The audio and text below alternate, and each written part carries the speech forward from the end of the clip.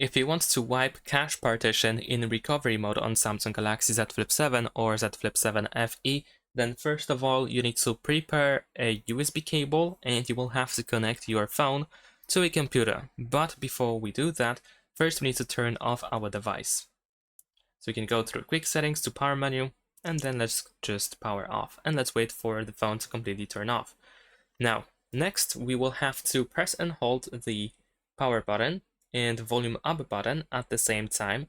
And when you start pressing these two buttons, in the meantime, you will have to connect the USB cable.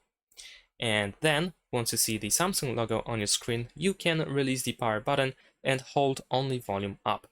So let's get right into it. I'm gonna press power button and volume up, and then connect the USB cable. And now just volume up. I'm just gonna hold volume up.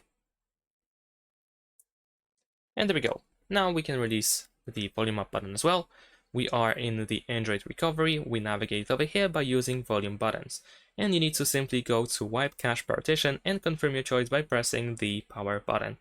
And that's pretty much it. Thanks for watching, leave a like and subscribe.